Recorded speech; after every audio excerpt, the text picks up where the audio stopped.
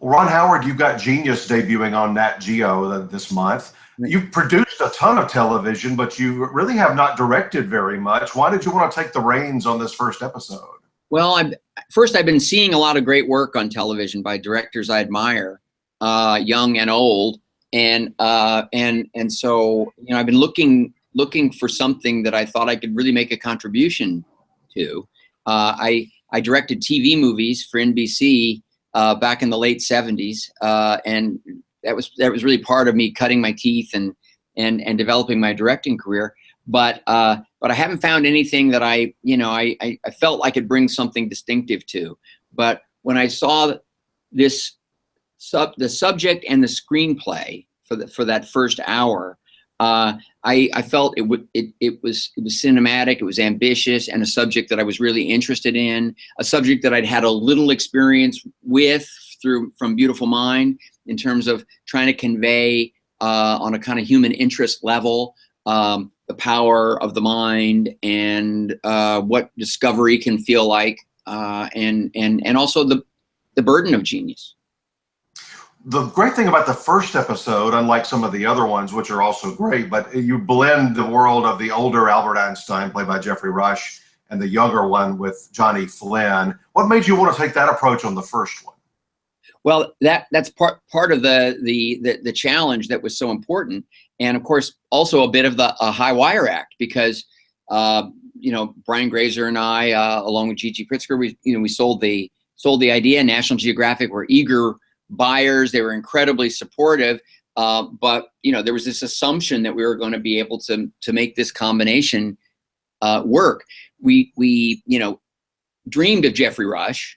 When he was reluctant at first, then his schedule didn't fit. Then we changed our schedule around to accommodate, which was well worth it.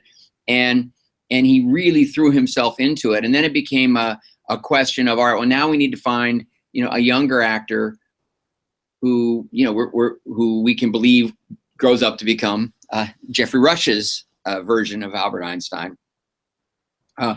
Before Geoffrey even took the role, he did some sort of experimental makeups on his own. We did some mock-ups digitally, just to sort of see what it might be. And we began to see that it was not going to be difficult to get this very striking resemblance.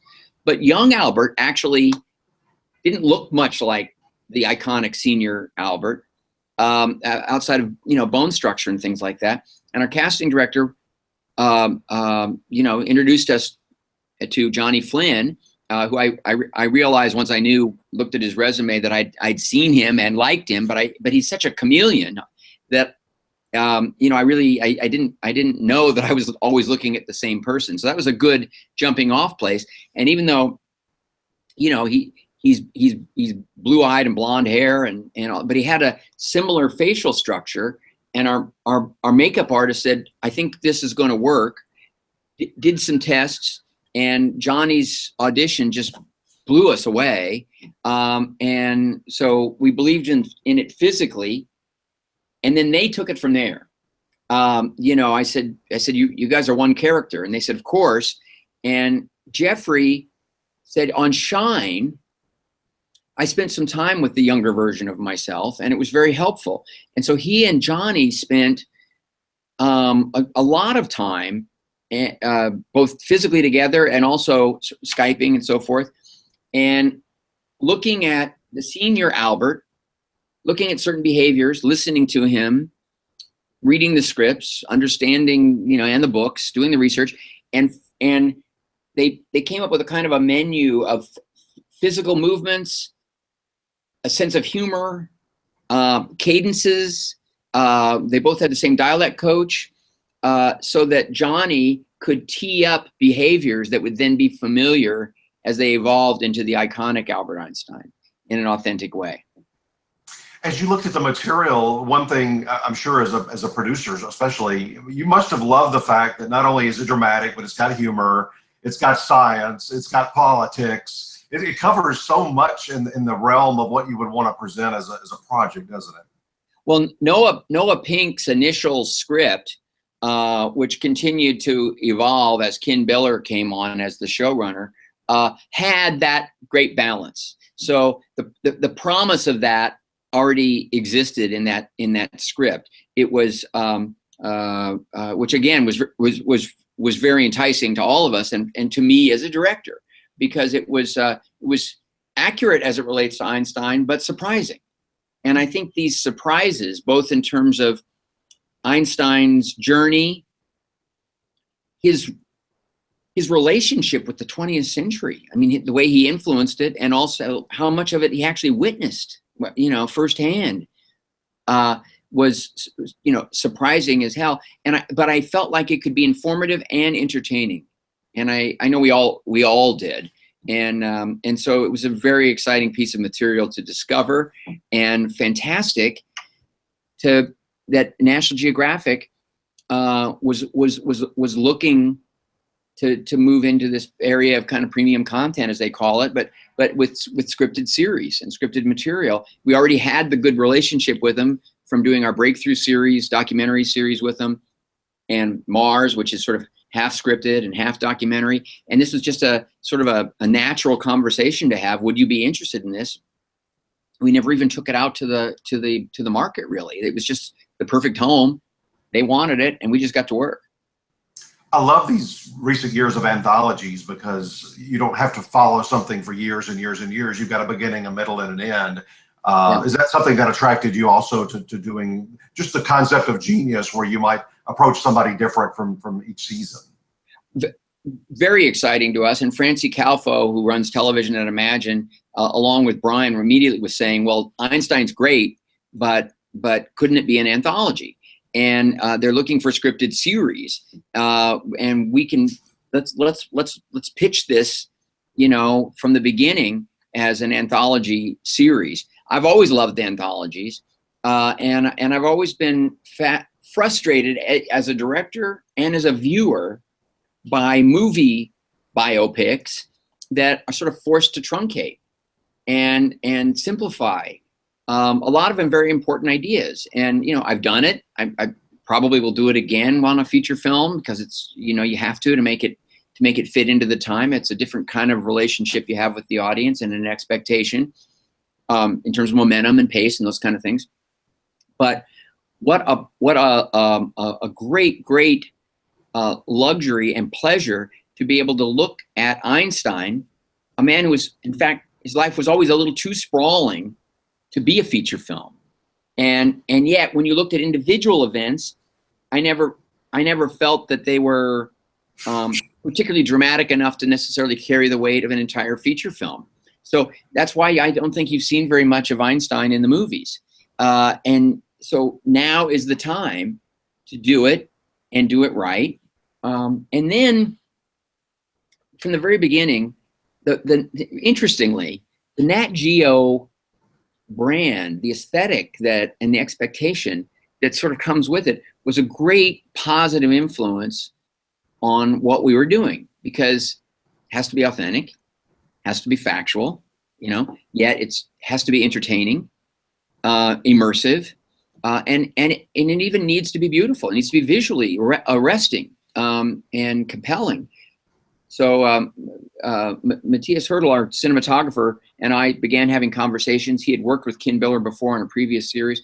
He completely understood what it was I wanted to go for in terms of differentiating the younger and older Einstein in the first episode, but also the journey of the life through a period of incredible growth, Einstein's interest in detail, his sort of understanding, his fascination with the sort of physical world, and how he did visualize physics before he would do the math, which is kind of unique about him and very helpful for directors everywhere. Are you able to announce yet who will be Genius number 2? No, we really don't know. We have a short list that we're incredibly excited about, and all that list tells us is that we hope our season 2 is strong enough to make this an ongoing partnership, because there's some fascinating possibilities out there. I want to ask you about a couple of other quick things. You also have the Beatles project on the your documentary on the Emmy ballot this summer. just a few weeks ago, I happened to be online when we were reporting on the Grammys, all the pre categories they did before the live show that night. You're now a Grammy winner. What did you think about that? How wild was that? I found out we were very flattered to be nominated at the BAFTAs, but we didn't win in our category. So walking out, Nigel Sinclair, the producer of our Beatles documentary, said, "Well, I have some interesting news. You're a Grammy winner. We all are." And so we had our own particular kind of celebration there at that night. It was amazing, and that project. I mean, it's been a great creative period for me. I got to say, to be able to work on these kinds of stories and sort of stretch my own, approach to work and mindset around stories and storytelling, and this was really something that became very, very personal and important to me, because I knew it was also important to Paul, to Ringo. I mean, it wasn't just it wasn't just them trying to sell some more songs. I mean, they really had reached a point in their life where they wanted to have a look. They wanted to share what they thought they understood about those years, and it was interesting for me to look at they only wanted to do the touring years, but to look at that and say, well, what does that mean narratively? If we're only going to do sort of half of the story of the Beatles. And I began to feel that it narratively intensified it. It made it a kind of an adventure, an odyssey, and a coming of age story. And I got very excited about it by sort of applying my scripted narrative mindset to what the story of the Beatles could be. And it was really interesting to experiment, to work with Paul Crowder, the editor, Mark Monroe, the writer, on that, focus the interviews in a particular way, look through the footage. We had a lot of new footage, but we also had a lot of performance stuff that you've seen before. And we re-edited, Paul re-edited a lot of that to focus on the story point that we were trying to make at that particular juncture, in that particular sequence. So even some of the numbers got re-edited and focused so that they not only were great versions of the songs, but they also told the story we were trying to tell at that particular moment. Well, now you've got the Grammy, you've got the Oscars, you've got the Emmys. Only 12 people have won the EGOT. What can you and Brian do on Broadway to get that Tony? Well, Night Shift is being workshopped right now for a Broadway musical, and so fingers crossed that goes forward. Or I'm going to try to corner Peter Morgan at some point when he's finished with The Crown, and see if he wants to let me be a part of one of his theater productions. That would be a good leg up. He's always winning something. Well, I think for a non-composer, non-singer, the Grammy is the hardest one to win if you're in that position. So that was pretty lucky. That was a pretty lucky. But I've been lucky. Let's face it. And that was another example. But the really gratifying thing was that the band felt good about the movie, and I include Olivia Harrison and Yoko Ono in that, because they still have that rule, that Beatles rule. They don't do anything related to the Beatles without 4 votes. And they all had heard my take, my approach. They trusted it. I still had final cut like I would on a feature film. And so I'm glad that they have felt good about having trusted me. So that's the most gratifying thing. One last question for you. One of my favorite honors that somebody can get is to be inducted in the TV Hall of Fame, which you were recently, 3 or 4 years ago. And not only do you join a lot of legends in there, but you join people that really were influential to you, which was Gary Marshall, Andy Griffith, Danny Thomas, people like that. What was that moment like, just getting that phone call or notice that you were going to be inducted? Well, it was really interesting, because it was actually about a period of my life, even though you know, Will Arnett introduced me, and we talked a little bit about Arrested Development and some of the other television shows that I've been on as a producer. But it was really about a period of my life where I was, you know, I had a role to play. I did, you know, and I was learning. And so these giants that you're naming, and others who I worked with who weren't inducted into the Hall of Fame, but you know, were really significant artists and contributors, were so influential on me.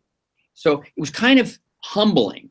There was a part of me that even was a little embarrassed about the honor, because I always felt like I was lucky to be there on the Andy Griffith Show. It was a great thing that I was cast in Happy Days, and I learned a hell of a lot by being around Gary Marshall and Jerry Paris and Tom Miller and you know, important people who were you know, shaping that show and making it work as well as it did. So it was a moment to really look back, which I don't do all that often. And in looking back, I was reminded, you know, again, and kind of humbled by just the good fortune that I had to be a part of those shows, and the fact that, and the self-satisfaction that I do know that I really took the lessons I learned from these great mentors to heart, and have really tried to, you know, to do work that would live up to the good fortune that I'd been given, if that makes sense. Oh yeah, and now that you're in that insider circle and you've got some influence, I love it when they induct somebody that had like a really influential, or not influential, but a really iconic character. Like Art Carney is in there, and Gene Stapleton and Carol O'Connor, people like that. I wish you could do something to get Don Knotts and Henry Winkler in there, because there weren't two more iconic characters than they played. Well, there's I can say I don't know how much juice I have, but in talking to people who do vote and are paying attention, that those names are on the forefront of a lot of minds. So let's hope. Well, thank you so much. This was a real pleasure. When they mentioned you might be available, I said I've got to talk to Ron Howard. You've influenced my life a lot over the years. Thank you. Fun to talk to you about this. Take care. All right, have a good day. Bye-bye.